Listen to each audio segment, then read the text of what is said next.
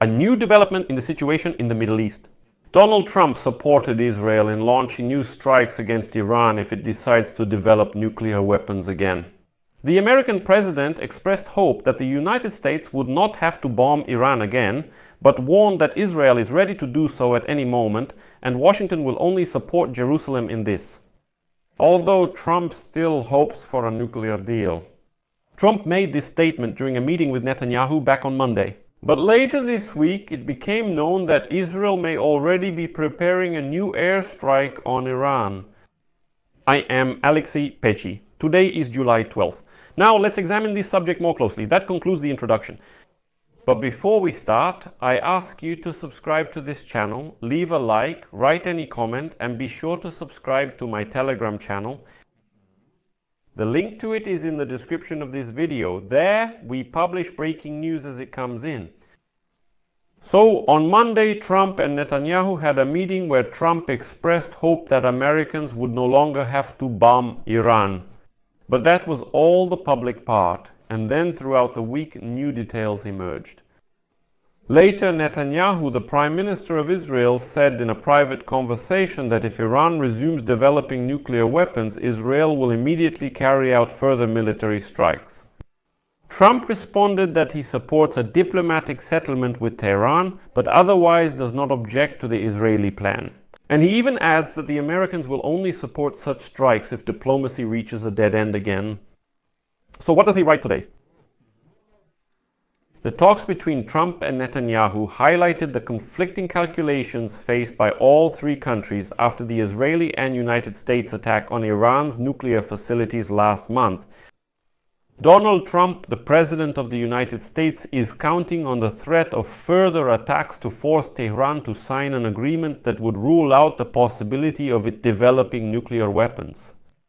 Israel is skeptical that a diplomatic settlement will in any way prevent Iran from secretly pursuing the development of nuclear weapons. Tehran, on the other hand, is demanding guarantees that it will not face new bombings in exchange for resuming negotiations with Washington. But following the talks at the White House between Trump and Netanyahu, it became clear that Israel will not necessarily seek direct United States approval to resume strikes against Iran. Moreover, a high-ranking Israeli official officially stated this following the talks. But it depends on how significant Iran's attempt to resume its nuclear program is. Netanyahu may face resistance from Donald Trump, who is still seeking to maintain diplomatic relations with Tehran. And this is where the double game begins, similar to what we saw in early June before the Israeli and United States strikes on Iran. On one hand, Donald Trump pretends that he is even ready to stop Israel from launching new attacks in order to continue diplomatic negotiations. On the other hand, he makes it clear that he supposedly won't be able to stop Israel if it decides to attack Iran. For the leaders of Iran, the stakes are even higher. If they reject Trump's demands to abandon uranium enrichment and resume their nuclear activities, new attacks from Israel and even the United States could threaten the very existence of Ayatollah Ali Khamenei's regime. And now, Iranian President Masoud Pezeshkian, like other high-ranking Iranian leaders, has stated in recent days that Tehran is open to resuming nuclear talks with the United States, assuring that there will be no new attacks from Iran during the negotiations. But at the same time, Pezeshkian added that Iran will insist on its right to enrich uranium, which is completely inconsistent with Washington's approach to the negotiations. Interestingly, the White House has completely refused to comment on Trump's talks with Netanyahu. In addition, Iran's mission to the United Nations also did not respond to requests for comment. And this shows that there is absolutely no transparency on this issue. Before last month's strikes, Israel estimated that Iran could build a primitive nuclear device within a few months and produce a ready-to-use weapon within a year. Senior Israeli officials said that, according to their assessment, United States and Israeli military strikes have pushed back Tehran's ability to develop nuclear weapons by another 2 years, which matches a recent Pentagon assessment. Israel has concluded that part of the enriched uranium stockpile in Isfahan, by the way, enriched almost to bomb-grade level, survived last month's attacks. And that, with significant effort, Iran will be able to extract some of the fissile material from this facility. According to an Israeli official, Tehran will not be able to retrieve uranium from its two other nuclear facilities in Natanz and Fordow due to the damage caused to these sites by American bunker buster bombs. And now Israel will be closely watching to see if the Iranians are trying to reach or dig into the facilities in Natanz and Fordow. And if they see that Iran is trying to extract enriched uranium from there, Israel is ready to launch new strikes immediately. Moreover, a high-ranking Israeli official stated that any attempts by Iran to take uranium from the facilities in Isfahan or to revive the halted nuclear program will be quickly detected by Israel. Accordingly, a new strike will be carried out immediately. A high-ranking Israeli official stated that in the short term, Israel can prevent Iran from creating a bomb, including by continuing covert operations against leading Iranian nuclear scientists and other national leaders, which have already dealt serious blows to Iran. According to analysts, the danger for Donald Trump is that Israel may actually dictate the next steps regarding Iran. And here Israeli officials state that Trump makes it clear there should be no uranium enrichment or nuclear weapons. But Trump is ready to show flexibility on other issues, and this may not suit Israel. And now many experts believe that if Iran really revives its nuclear program, it will not do so openly through declared facilities. Instead, it will use secret underground enrichment facilities to produce fissile material and work on the technically complex aspects of weapon creation.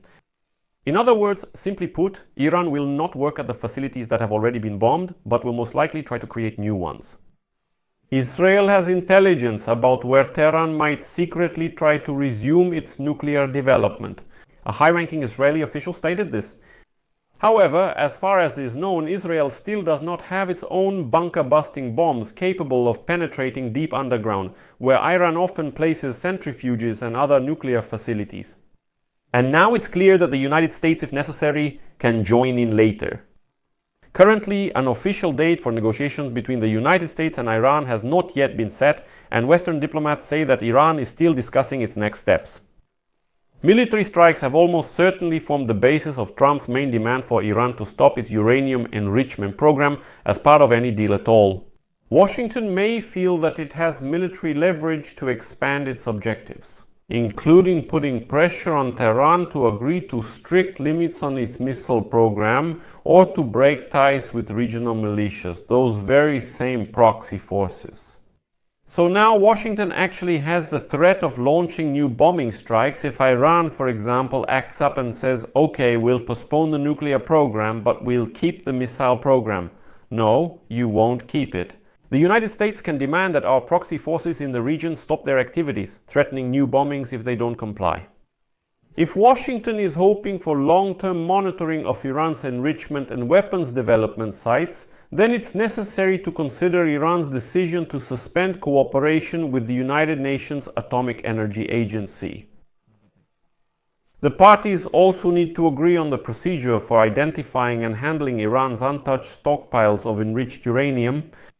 Moreover, European governments have once again stated their threat to reinstate the sanctions lifted under the 2015 nuclear deal if Iran does not begin cooperating with the International Atomic Energy Agency.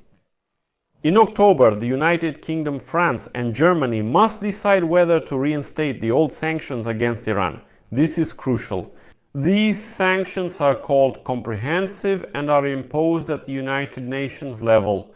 And until October, it is specifically the United Kingdom, France, and Germany that have the full right to reinstate these sanctions without a United Nations Security Council meeting. After that, this right disappears, and in order to impose new sanctions, the United Nations Security Council would have to be convened, where, of course, Russia and China could use their veto power. Iran has stated that if France, Britain and Germany now impose sanctions, or more precisely reinstate these comprehensive sanctions, then Iran is ready to withdraw from the Nuclear Non-Proliferation Treaty, which prohibits Tehran from developing nuclear weapons. But then Israel would have its hands completely untied to carry out new strikes against Iran. So that's the situation. We're waiting for the start of negotiations, which Donald Trump hopes to use to make a deal on Iran's nuclear weapons. I'll leave it at that. Share your opinions and conclusions in the comments below this episode. If you want to support the work of this channel, you can do so financially with any donation or sponsorship. All the links and payment details are in the description of this video, or you can use the QR code on your screens. I would be grateful for your support. That's all for now. Take care. Goodbye, everyone.